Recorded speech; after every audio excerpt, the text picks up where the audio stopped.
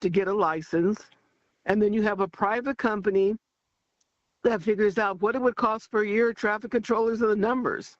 And then the airplane flyers, pilots, and airlines are charged an annual fee per plane.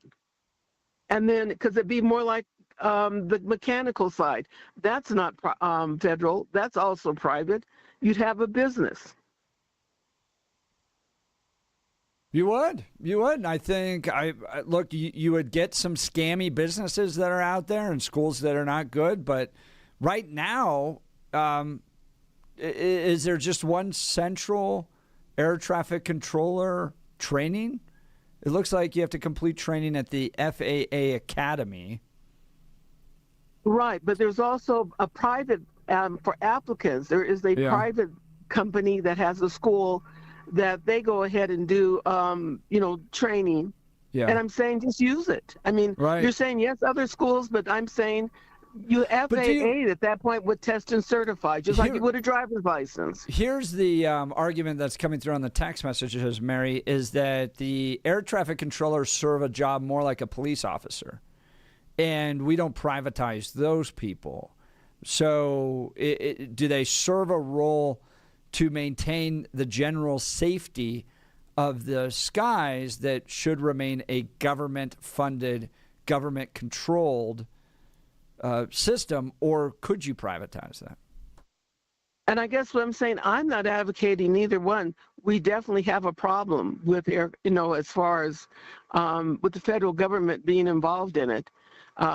Maybe unless we do legislation that at that point we keep them federal, and if that is important.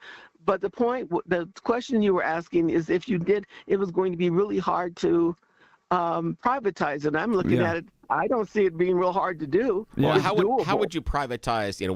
How would you privatize the air traffic controllers in the tower? I can see the training side of things, because even like right now, you can go through driver schools that are private, but you still have to pass the state test. So you could go through a private air traffic controller school and still have to pass the federal test. But how, in your mind, Mary, functionally would a privatization of the air traffic controllers themselves, meaning the men and women sitting in the tower out at DIA, would be paid by a private company? How would that work in your mind? Or would it work? Yeah, I'm just saying, to me, they're going to be charging airlines and also pilots who have private planes. They're going to be using the service. You get like I said, it's per plane. In other words, you have 100 planes. You pay, $10,000 per plane to be able to support a national, global air traffic, thing. If you wanted to do it that way. If I own United and Jeff owns American, can I pay your private company more to prioritize my planes? Meaning when my planes are there, why can't I? Isn't that a function of the marketplace? Rules and regulations. In other words, that to me would be with the FAA. Yeah, see, rules and regulations. The thing is that once we get into all those rules and regulations about how it can operate, it seems to be more efficient of just keepking it in the government job in and of itself. I think you minimize the advantages of any privatization. That's kind of my argument about that. My choice would be to keep it with the federal government, but they do not get to be shut down and not paid during a thing. I think that is the best way. So I think. Bill, do you have a question? Sorry. Oh, actually, I want to kind of transition here real quick, Mary, before we get to Blake's news, about the idea that Trump is floating right now of those individuals that took any time off will get no back pay, and those that showed up routinely are going to get $10,000. Do you think that is a good idea, a bad idea? Are you somewhere in the middle? Why not? I think that is good, because, in other words, the others did choose. And I'm sorry, you and I, we all know that when they called in sick, it wasn't about being sick. So in other words, I think it's a great idea to reward those who have faithfully held that position even during this difficult time. Now, Mary, are we just rewarding those individuals that are in a financial position to work for free?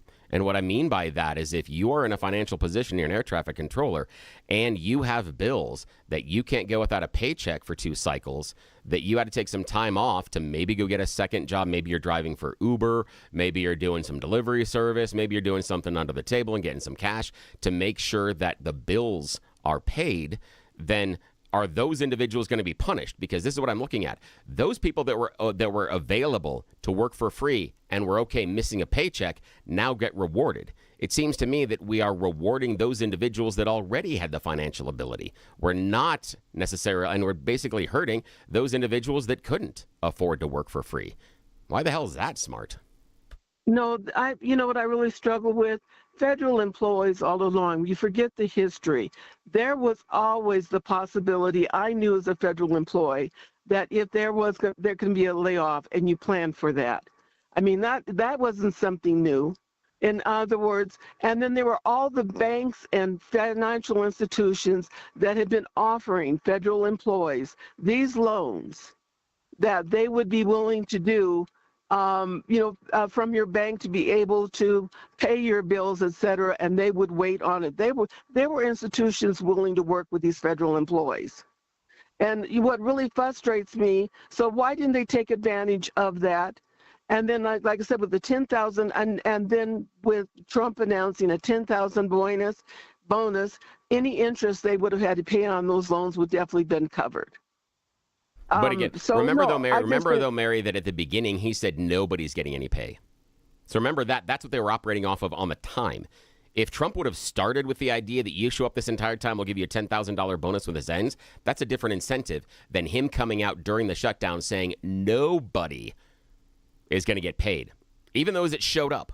Even those that showed up into their patriotic duty at the airports, according to Trump early on in this thing, weren't getting a dime afterwards. Was that towards the FAA? I didn't get it. Was towards the traffic controllers. It was everybody. I thought that was the what do you call it?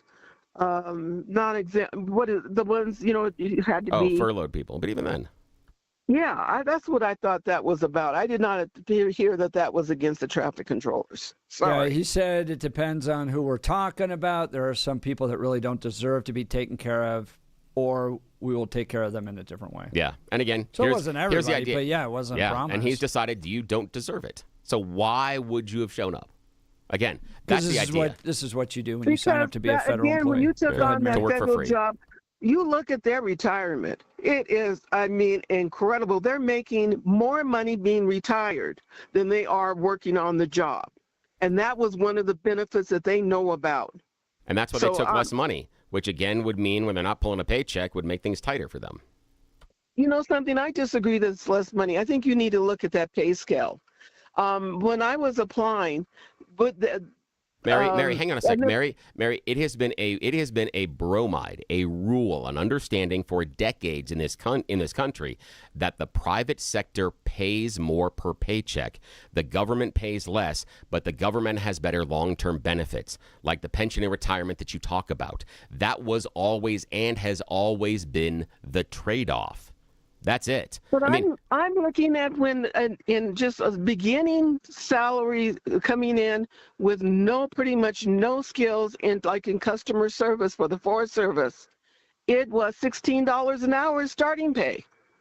Yeah, Mary, great call. I appreciate it. Yeah, but you can get 20 plus at McDonald's. So I appreciate it, Mary. You got to move on. That was back during the day. That's not the same day. All right, we'll get to Mary. Appreciate the call. We're running up against time for news and comment with Blake Olson. Blake Olson. Blake Olson, news and comment.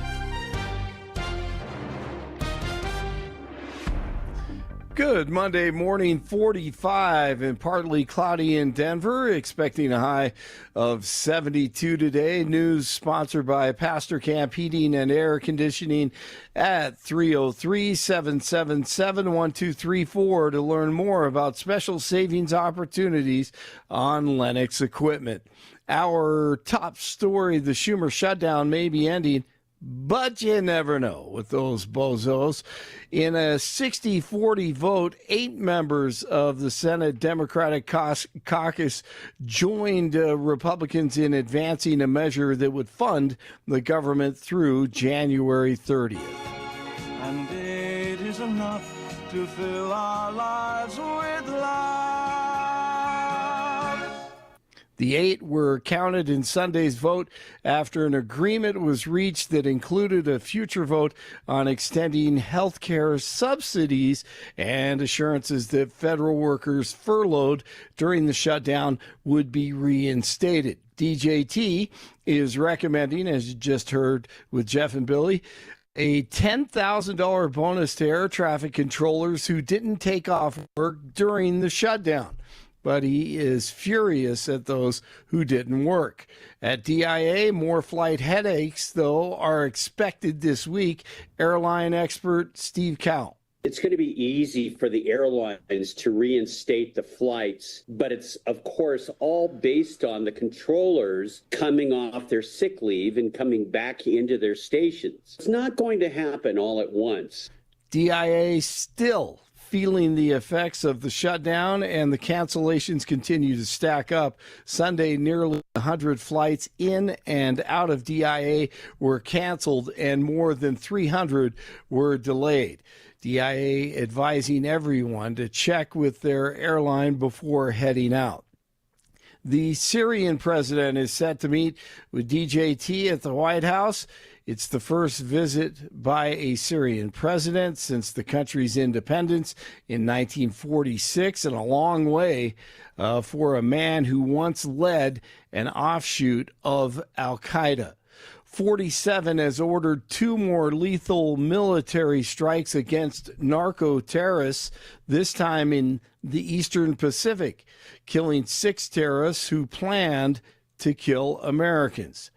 Convicted Epstein co-conspirator Ghislaine Maxwell is allegedly preparing to ask DJT to commute her sentence. That's according to a document obtained by Democrats on the House Judiciary Committee in a letter sent to 47 today. DJT issuing a new round also of pardons. There are 77 more people being pardoned by President Trump, including former New York City Mayor Rudy Giuliani, former Trump attorney Sidney Powell, and former Chief of Staff Mark Meadows. Those pardoned were allegedly involved in efforts to overturn the 2020 presidential election, including a plan to field an alternate slate of electors. The pardons were issued even though the Trump Justice Department was not pursuing the cases. I'm Rory O'Neill. Good for them. All right, the Avalanche in Vancouver last night. Once again, it goes to overtime. Coach Bednar knows he has the speed. He can carry it into the zone. Brindley, shifty, Brindley. Wrist shot, saved by Lankinen. Score! Gavin Brindley! His first career game-winning goal! His third career goal! And the Avs have won it in overtime on the second effort. A final of 5-4 here in Vancouver. Great job on the road. And thank you, Moj, for that. Steelers at the Chargers last night. Before that first down snap, because we're down to 16 seconds left.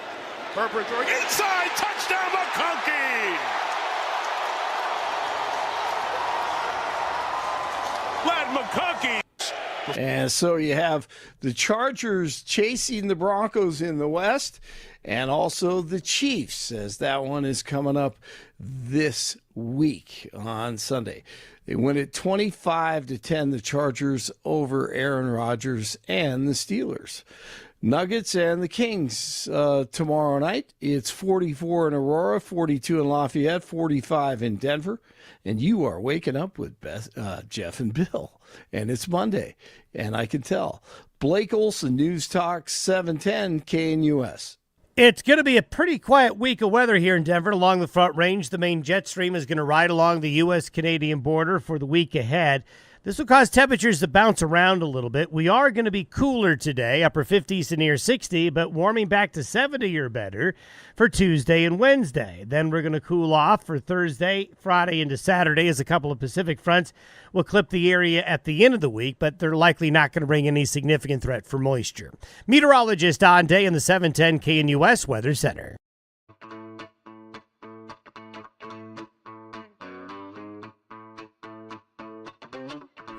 Headline coming from the Hill. Trump says Americans will receive a $2,000 each from the tariff push. You were going to cash your Trump check, Bill? It'll never happen. President Trump said Sunday that each American will receive at least $2,000 from tariff revenue collected by the administration, a dividend of at least $2,000 a person, not including high-income people, will be paid to everyone. President said on Truth Social. He added that those against tariffs are fools. Such a proposal will likely need to be passed by Congress. This summer, Republican Senator Josh Hawley introduced legislation to give $600 tariff rebates to nearly all Americans and their dependent children. My legislation would allow hardworking Americans to benefit from the wealth that Trump's tariffs are returning to this country, Hawley said. At the time, Treasury Secretary Scott Bessent, though, told CNBC in August that the administration's priority is paying down the $38 trillion national debt using tariff revenue. I would much rather have the money go towards paying down debt than handing everybody a $2,000 check. Do you remember when that stimulus check came during COVID? Oh, yeah. And I remember just sitting there looking at it, just being like, if I cash this, I'm contributing to the destruction of this country, because it was going to drive up inflation. And it did, in a huge way. It was the number one driver of inflation, was the government just sending out checks to people. But then at the same time, I'm like, well, I don't want to be the only sucker that doesn't catch the check. So everybody else is going to drive up inflation and I have lower money. Same thing's going to happen here, folks. Same thing. This will be inflationary. And I think we paid more than any amount of money that we got in actual cash in the total amount with inflation going up. So it ended up costing us more than any amount of money that we actually took in from the federal government. I would not be in favor of $2,000 going to each person from the federal government. I think it'd be better spent reducing the debt. Your thoughts, sir? Yeah. This one not going to happen. In fact, Treasury Secretary Scott Bessent pretty much put the kibosh on it yesterday morning, saying, oh, well, these payments will take a lot of different forms, like tax cuts and rebates. And in other words, you ain't getting a check. You're not getting a check. We got a check during COVID, so Again, it has shown up before. Scott Bessent says, you ain't getting a check. So that's what he walked back just on Sunday. There's no way this happens.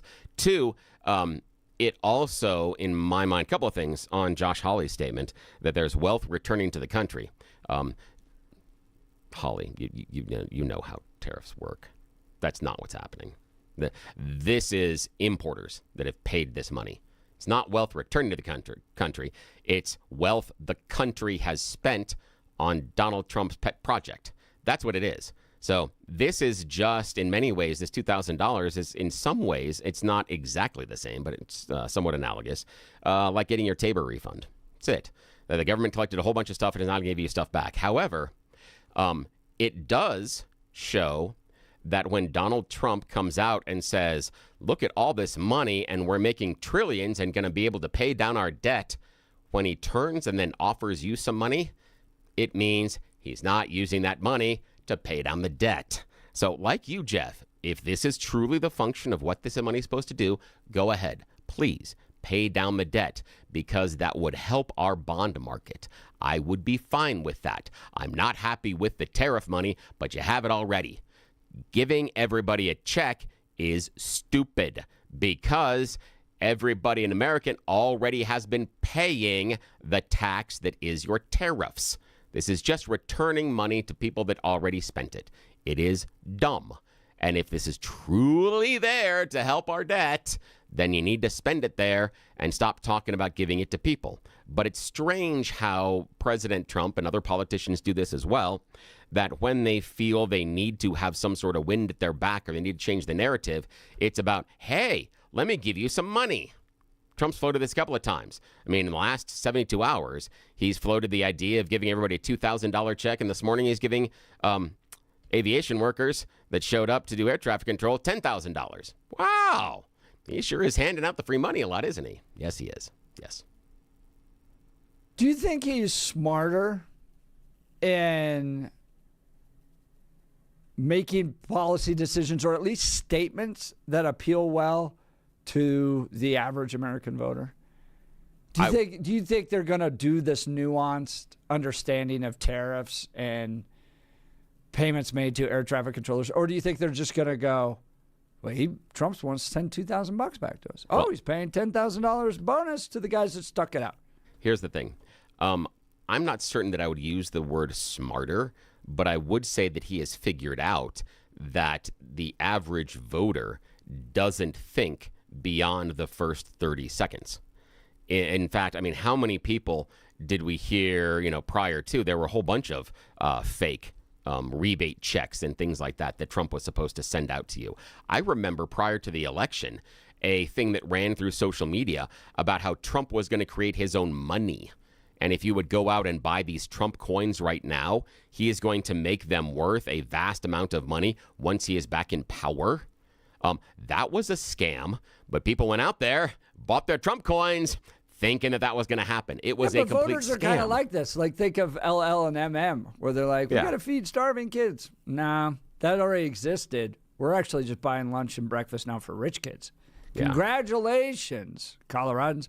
But to your 30-second argument, that's kind of how they operate too. Yeah, in some places. And I think part of that was when they looked at the reading of the language that was on the ballot. It said those people making over $300,000, those households.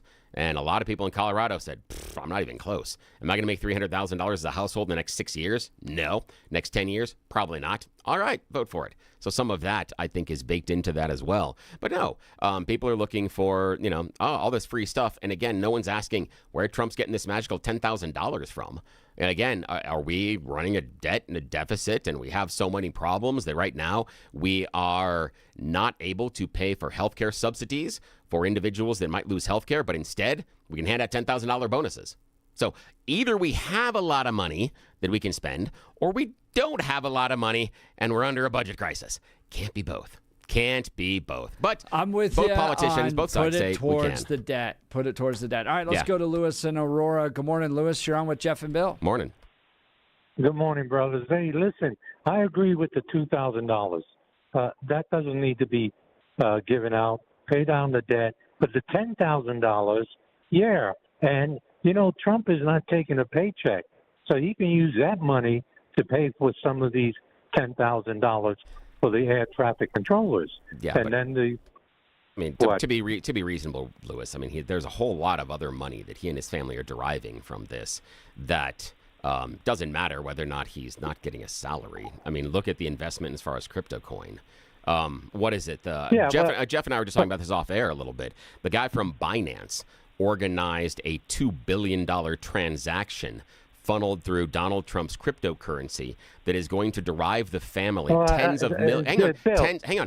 Wait, no, Lewis, hang on. Let me finish this. Wait, Lewis, no, let me finish this. That is going to derive, Lewis, but hang on. That's going to derive the family tens of millions of dollars in the future. That's okay. And so he can give up his salary. It's not as if he's not making money on the other end, which for me, Lewis, hang on, this is where I'm going with this, which is different than asking an air traffic controller to go without a paycheck for several cycles. I think that Donald Trump seems to have more ability, and I don't think that we would equate the average air traffic controller's finances with someone like Trump. So the ability to go without a paycheck, I think, is different. And Lewis, if you were having a problem meeting your mortgage or meeting your bills, would you be expected to show up for free? How often would you show up for free? Because that was the expectation they were saying of air traffic controllers. There was no bonus promised in the tail early on. So what would you have shown up? Bill, listen. There are people that are not wise when it comes to finances. Okay, I work for this Department of Corrections. If I got laid off, I had to go for a month without getting a check. I got investments where I can sustain it, okay? And we have people that are illiterate when it comes to finances. And so if these traffic controllers spend all their money, and I dealt with officers that went out there and bought brand new sports cars and that was dumb, okay? They didn't know, and I try to teach them how to invest also. So when things happen, they can fall back on it. I can. And these air traffic controllers, they should have that wisdom also to make sure, because remember what Reagan did, okay? So at any eventuality, you need to be prepared, okay? Y2K kind of taught us that too, to be prepared. Lewis, I'm not talking. Personal responsibility goes a long way. Lewis, not accepting the $2,000, but willing to pay the air traffic controllers that stuck around the $10,000 bonus. Appreciate the call, Lewis. We got to get to a break. We'll continue. You're listening to the Jeff and Bill Show. This is Denver's Talk Leader, News Talk 710, KNUS.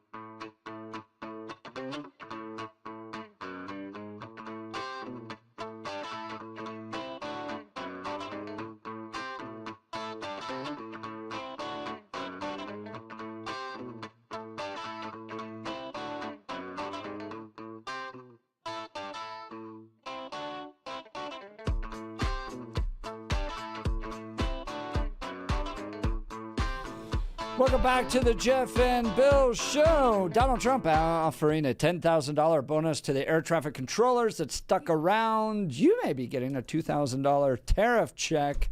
What, are we just printing money in this country? Just throwing it all around? Hey, you get some money. You get some money. Pay off the debt. All right, let's go to Chad in Greeley. Good morning, Chad. You're on with Jeff and Bill. Good morning. Morning, gentlemen.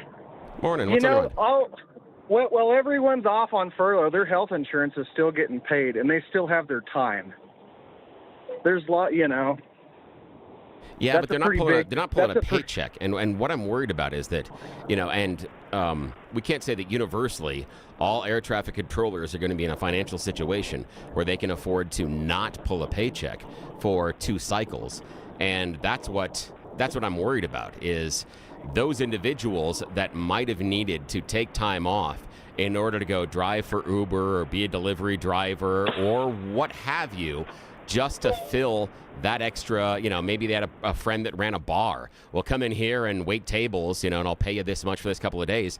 If they were doing that in order to make sure the light stayed on and to make sure they didn't miss a mortgage payment, then I don't want to punish them by not getting them in on the $10,000 bonus. People that had to travel, for work, all that stuff. They're not getting a bonus. But they're going to have their flights impacted because this person had to go take a job at a bar? Go ahead, Chad. So, gentlemen, is it the radio station's responsibility to make sure that you both are financially secure? Nope. Exactly. Even if you have to, you're still going to get paid. If you're coming in, you're still going to get your money. They're not screwing you out of your time. Well, hang on a sec. Donald Trump floated the idea that maybe you wouldn't get paid.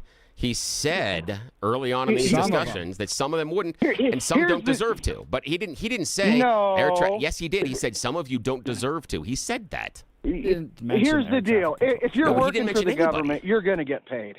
You're going to get paid.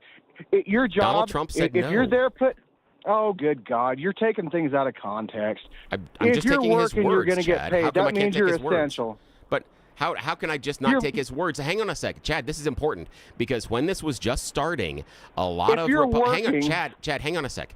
A number of Republicans, including the White House, floated the idea that the previous law that was inked during the last shutdown under Donald Trump that went for 35 days that included back pay for furloughed workers, there were arguments on the Republican side of the aisle that only applied to that shutdown, not this one. So why would they assume you get paid? Why? Based on what the Republicans were saying, why would you assume you were going to get paid? Because that's been the precedent. Stop gaslighting. Stop spreading fear. It's been that way. Chad, I'm only saying what was being said by Republicans. My wife is a federal employee. Republicans said this. Donald Trump said some people shouldn't be given the money. I'm only quoting him. Why don't you go back and research how it's been? Why don't you? Come on, guys. Chad, I know how it's been, but I'm also telling you how it's been in recent past. And in recent past, Republicans said that. Not me. Good. You love to take some little idiosyncratic quote and work at it and work at it and work at it for entertainment value. That's not how it's been. You're pretty essential if you're working. If you're working, you're going to get paid. That's how it's been. I really don't think that anybody is going to work and not get paid. Now, if you're sitting at home and you're deemed unessential, I don't know about that. But if you're deemed essential and you're working for the FAA, you're going to get paid. Stop gaslighting. I'm not gaslighting. I'm only using the words that the Republicans said. And just like you talked about the idea that this is not the radio station's job to make myself financially secure, it's not on them, it's on me. That's exactly my point about the bonuses for these air traffic controllers. Those that were already financially stable get a $10,000 bonus, and those that couldn't don't. So you're just rewarding those that are rich. Yay! Good job. Rewarding those that make good choices. Thought about it and put some planning into things. Yeah. Didn't live beyond their means, but. Yeah. And it would have been awful if one of their family members got sick and they had to dip into that savings. Oh, yeah. That doesn't matter, does it? No, because we're going to judge everybody. Yes, that's exactly it. People that are already in those situations that are already set get more money. Though? Good job. Do you guys think moving forward that the air traffic controllers are going to stick around and do their jobs? That's why I think this is really smart. Chad? So, well, you guys have a great day. All right. Thanks, Chad. Appreciate thanks. you. Have a good one. That was fun. That was a lot Chad's of line fun. is Like open, Chad. 303-696-1971. We'll get to Dean next. You're listening to The Jeff and Bill Show. This is Denver's Talk Leader, News Talk 710 KNUS.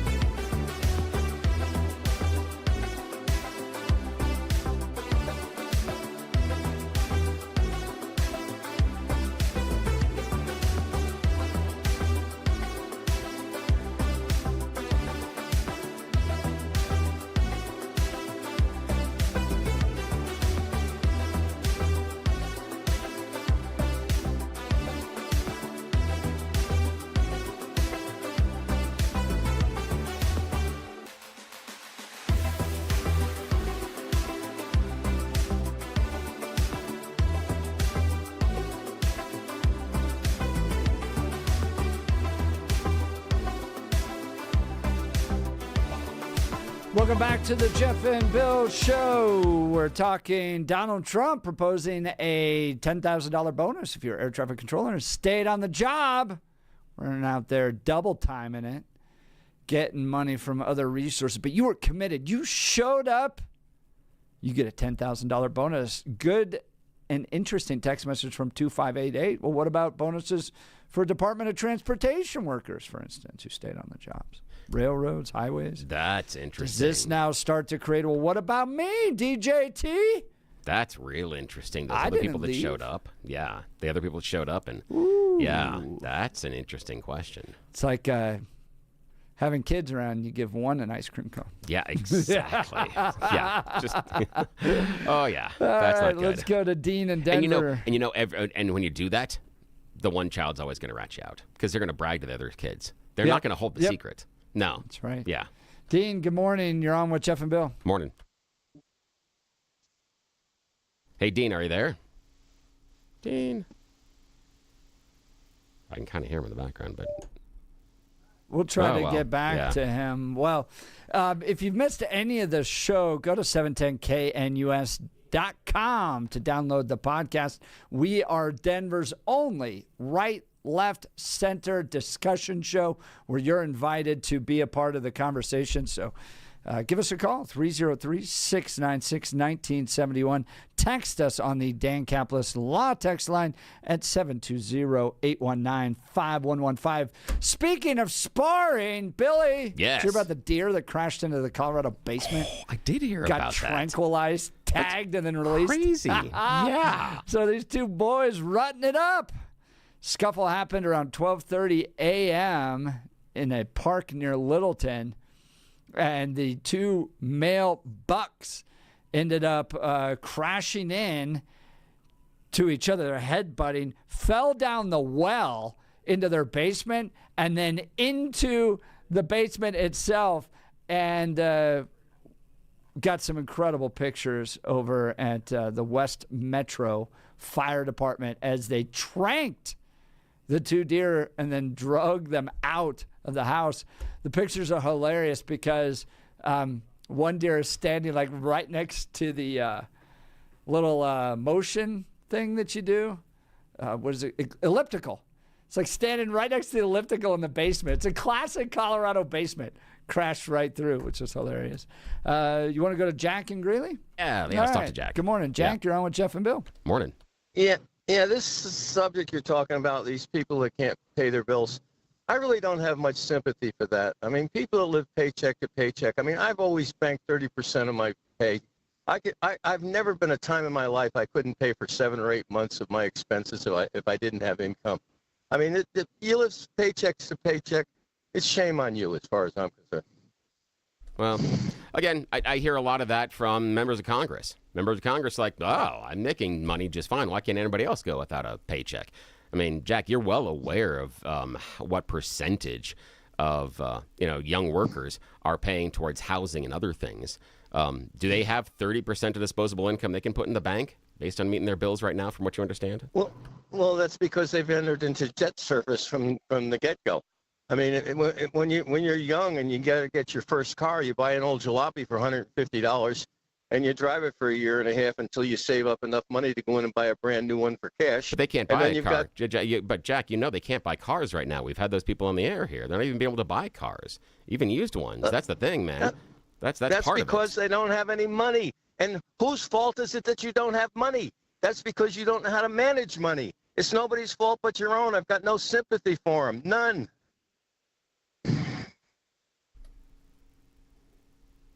Okay, fine. I'm glad that you have been so well off. It's just a really weird way, Jack, to express that because you're aware of the finances of a lot of people right now. Well, that's because they don't know how to manage money. They're not taught that at home. They're not taught that in school. Someday, Jack, tell you what. Someday, Jack, come in and just do $23 an hour. And if you're doing that over 40 hours a week, you do the average rent in Denver and the average bills, and then balance and tell me where your 30% in savings is. Just do that. I mean, it's a fine. Do the math. Call us back in and do that for us and tell us where you found that 30% in savings. I would love to see it. Please, it'd help. Yeah. Did he hang up? No, I let him go. Oh, okay. He has a homework assignment. Well, yeah, I sent him on a homework assignment. I think part of the problem, Bill, is that this effort to fix the problem that you've just talked about perpetuates the problem. That's where I get frustrated, right? Like, let's talk minimum wage. Yeah. Right?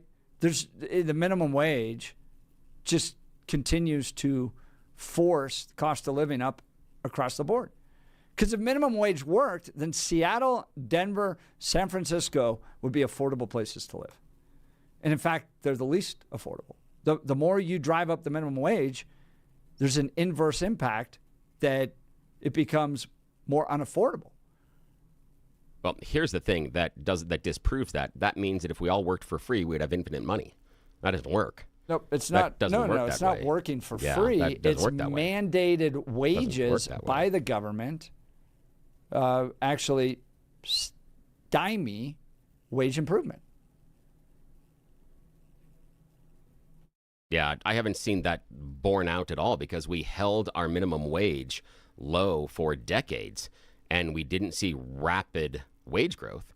We saw some wage stagnation and problems in certain areas. So if it was true that by raising the government wage, it created all these problems, then when the government wage was artificially low, as it still is in some areas, you would see this rapid wage growth, and we don't have it. What is an artificially low minimum wage? I would put artificially low as in a minimum wage that is appreciably below a living wage, and we've kept it that way for a while. And again, I'm not arguing one way or the other on this one, but I'm just saying that I'm just saying that if it was true when we held this minimum wage for years at $7 an hour and didn't move it, then we would have seen large, rapid wage growth, according to you, and we didn't. Yes, we saw stagnation. No, that's exactly what we saw. No, we didn't. Because what's the actual minimum wage today in Denver? I don't know. Didn't check. It's zero. Because that's what happens when you mandate minimum wages. People don't get jobs, and their actual minimum wage is zero because they didn't get a job. All right, the debate will be back tomorrow. Oddly be the same thing. You're listening to the Jeff and Bill Show. This is Denver's Talk Leader, News Talk 710 KNUS. We'll see you tomorrow.